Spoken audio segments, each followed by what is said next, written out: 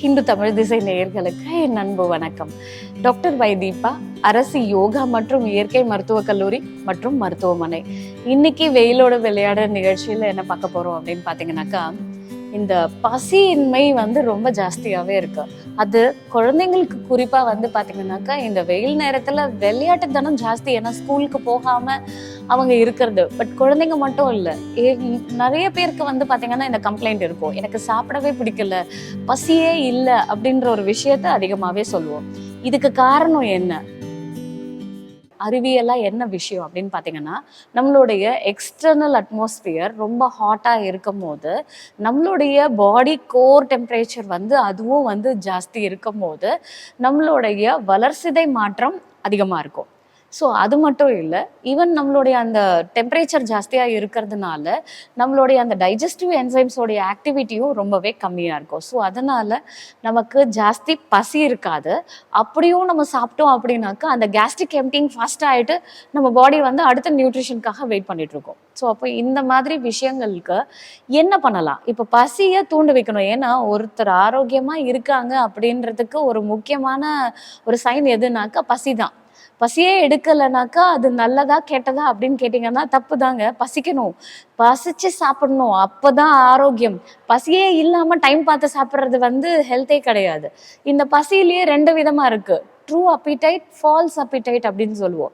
இந்த ட்ரூ அப்பிடைட்னா நம்ம வயிற்றுல நல்லா பசி எடுத்து ஒரு பட்டர்ஃப்ளை மூமெண்ட் எல்லாம் தெரிஞ்சு அந்த உணவை பார்த்து அப்படியே ஆசையோடு சாப்பிட்றோம்ல, அது ட்ரூ அப்பிடைட். ஃபால்ஸ் அப்பிடைட்னா நீங்கள் மொபைலில் பார்க்குற போண்டா பஜ்ஜியோ இல்லை பீஸா பர்கரோ பார்த்ததுக்கு அப்புறமா வர்றதோ, இல்லை பக்கத்து வீட்டில் சாம்பார் கொதிக்கிறதோ, இல்லை தாளிக்கிற ஸ்மெல் பற்றி வர்றதோ, இல்லை அந்த ஃபுட்டை நினச்சி பார்க்கும் போது, இல்லை யார் தட்டுலையாவது பார்த்ததுக்கு அப்புறம் வர்றது ஃபால்ஸ் அப்பிடைட். அப்போது ஒரு உண்மையான பசி எடுத்து நம்ம சாப்பிட்றது ரொம்பவே அவசியம். இந்த சம்மரில் பார்த்தீங்கன்னாக்கா இது ஜாஸ்தியாக இருக்கும். ஏன்னா இந்த கோடை வெயில் ஜாஸ்தியாக இருக்கிறதுனால நமக்கு பசியின்மையாக இருக்கும். அப்போ எப்படி நம்ம பசிச்சு சாப்பிட்றது, நம்மளுடைய பசியை எப்படி ரெகுலேட் பண்ணுறது? ஃபஸ்ட்டு நம்மளுடைய குடல் சுத்தம் ரொம்பவே முக்கியம். அப்போது நம்ம கான்ஸ்டிபேட்டடாக இருக்கோம் அப்படின்றதுக்கான ஒரு வார்னிங். அப்போது நம்ம என்ன பண்ணணும்? டெய்லி நம்ம பவல் மூமெண்ட் வரா மாதிரி இருக்கக்கூடிய உணவுகளை நம்ம ஜாஸ்தி எடுத்துக்கணும். நீர் சத்து உள்ள காய்கறிகள், பழங்கள், அதே நேரத்தில் நாறு சத்து உள்ள பழங்கள், காய்கறிகள் நம்ம சேர்த்துக்கிறது நல்லது. இது என்ன பண்ணோம்னா, ஃபஸ்ட்டு நமக்கு மலச்சிக்கல் ஏற்படாது, பிளாட்டிங்னஸ் ஏற்படாது. சில பேருக்கு இவ்வளோண்டு தான் சாப்பிட்டேன், ஆனால் உடனே வயிறு பெருசாகிடுச்சு, வயிறு ஒரு மாதிரி ஸ்டமக் அப்செட் மாதிரி இருக்குது அப்படின்வாங்க.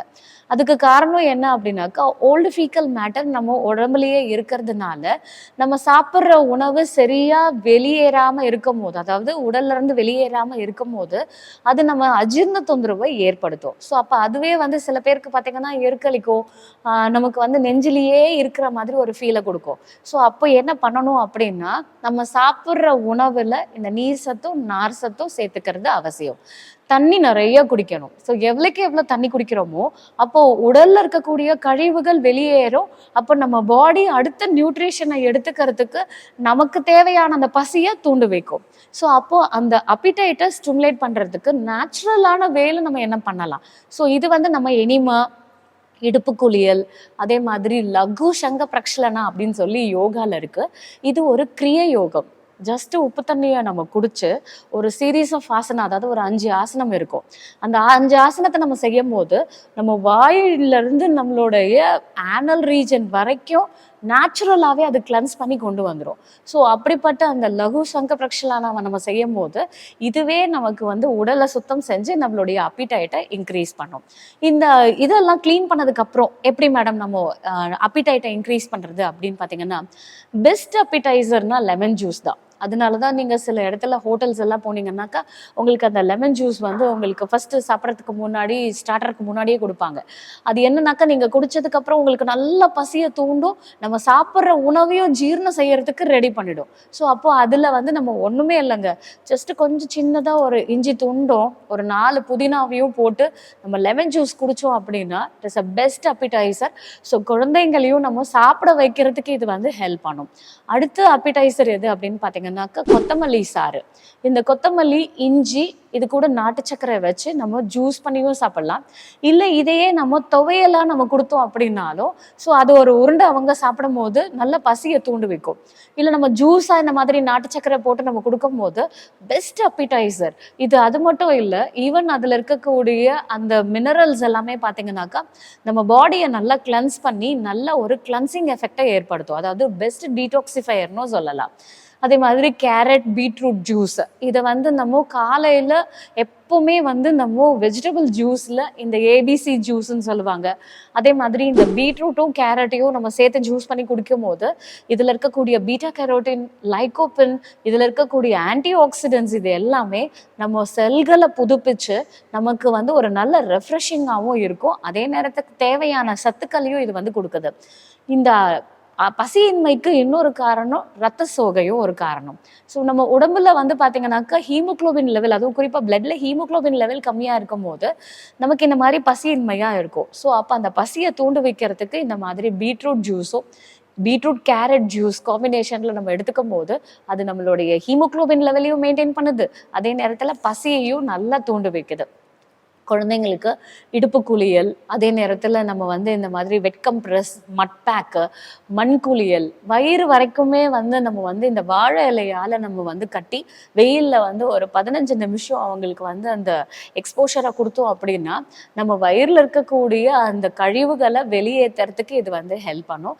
நம்ம சர்மங்கள்லையும் வந்து ரொம்ப சர்மம் மூலயமா நம்ம அந்த வேர்வை மூலயமாவும் அந்த கழிவுகளை வெளியேற்றுறதுக்கு ஹெல்ப் பண்ணும். இந்த அப்பிடைட்டை இன்னும் இன்க்ரீஸ் பண்ணுறதுக்கு வந்து பார்த்தீங்கன்னாக்கா நம்மளுடைய இயற்கை மருத்துவத்தில் நிறைய சிகிச்சை, அதுவும் குறிப்பாக வந்து பார்த்தீங்கன்னாக்கா அக்குபங்க்சர் சிகிச்சை வந்து இருக்கு.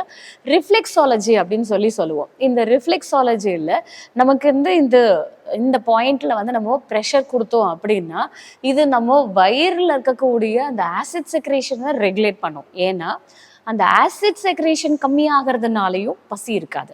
ஸோ இது வந்து நம்ம இந்த இடத்துல சீரகம் இல்லை சோம்பு வச்சு நம்ம சீட் தெரப்பியாக தருவோம். உள்ளுக்கும் வந்து பார்த்தீங்கன்னா ஒரு டம்ளர் சீரக தண்ணியை குடித்தாலும் நமக்கு அந்த முன்னாடி சாப்பிட்ட உணவுகள் ஜீரணமாகி நம்மளுடைய பசியை தூண்டு வைக்கிறதுக்கு இது வந்து ஹெல்ப் பண்ணும். இன்னும் இந்த மாதிரி நிறைய ஹெல்த் இன்ஃபர்மேஷனோட உங்களை அடுத்த வீடியோவில் சந்திக்கிறேன். நன்றி, வணக்கம்.